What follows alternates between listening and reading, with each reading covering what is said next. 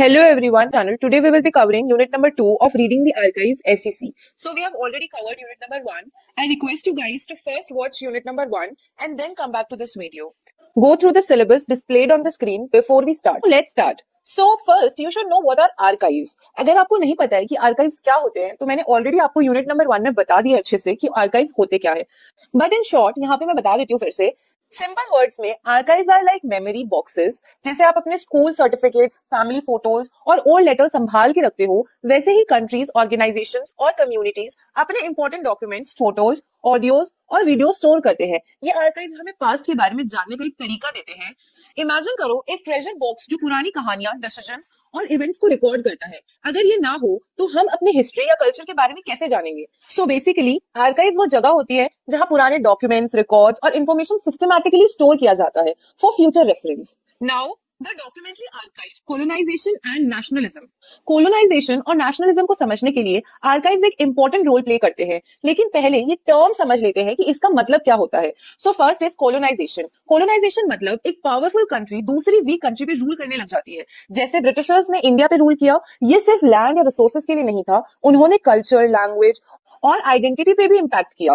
अब what is nationalism? Nationalism मतलब अपने कंट्री के लिए, प्राइड और इंडिपेंडेंस के लिए स्ट्रगल करना. जब इंडियंस ने आजादी के लिए लड़ाई की, that was nationalism. Okay, so now let's see role of archives in colonisation. Colonisers ने अपनी पावर शो करने के लिए आर्काइव्स बनाई. फॉर एग्जांपल, ब्रिटिश लोगों ने इंडिया की मैप्स, रेवेन्यू रिकॉर्ड्स और सेंसस कलेक्ट किए. ये सब उनको कंट्रोल और टैक्स कलेक्ट करने में हेल्प करता था. उन्होंने अपने डिसीजंस और पॉलिसीज का रिकॉर्ड रखा जिससे उनका रूल जस्टिफाई हो सके. जैसे एक टीचर जो अपने स्टूडेंट्स के प्रोग्रेस रिपोर्ट्स रखता है, वैसे ही ब्रिटिशर्स ने इंडियंस की हर एक्टिविटी का रिकॉर्ड रखा. लेकिन प्रॉब्लम ये थी कि ये रिकॉर्ड्स बायस्ड होते थे क्योंकि उनका पर्सपेक्टिव ज्यादा दिखाया जाता था. Now role of archives in nationalism.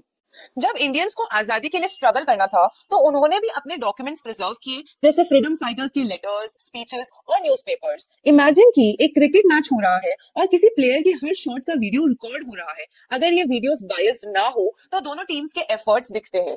वैसे ही आर्काइव्स ने फ्रीडम स्ट्रगल के रियल हीरोज और इवेंट्स को रिकॉर्ड किया.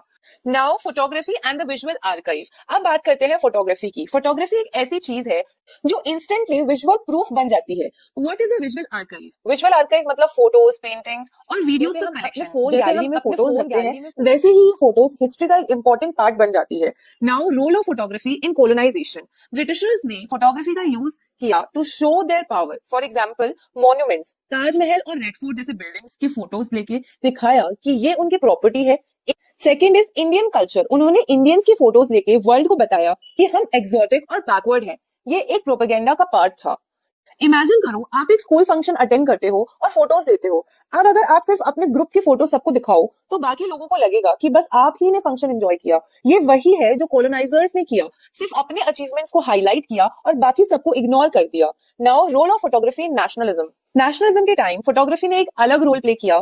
फॉर एग्जाम्पल, फ्रीडम फाइटर्स जैसे भगत सिंह के फोटोज ने लोगों को इंस्पायर किया. रैलीज और प्रोटेस्ट के फोटोज ने वर्ल्ड को दिखाया कि इंडियंस आजादी के लिए लड़ रहे हैं. ये फोटो सिर्फ एविडेंस नहीं थे, ये इमोशंस और यूनिटी को भी कैप्चर करते थे. Now gender, law and the archive. Women's history. Women के स्ट्रगल्स और अचीवमेंट्स को आर्काइव करना इंपॉर्टेंट है. पहले के टाइम में वुमेन की स्टोरीज इग्नोर होती थी, लेकिन आर्काइव ने उनके वॉइसेस को प्रिजर्व किया.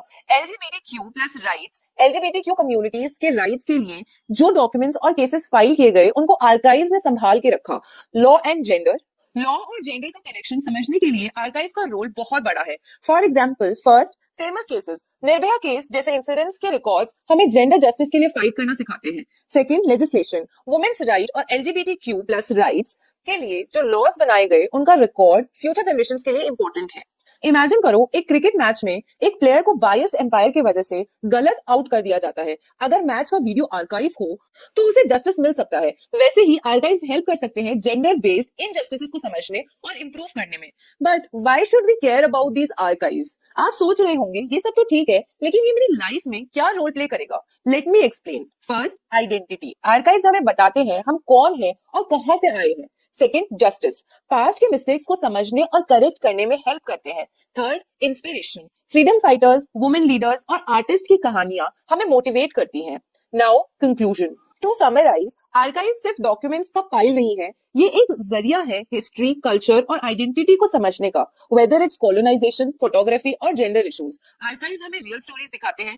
जैसे हम अपने पास्ट मिस्टेक से सीखते हैं, वैसे ही आर्काइव्स हमें एज अ सोसाइटी इंप्रूव करने का चांस देते हैं। सो नेक्स्ट टाइम जब आप किसी म्यूजियम या लाइब्रेरी जाएं या एक ओल्ड फैमिली फोटो देखें, remember it's not just history, it's a story waiting to be told. Thank you so much.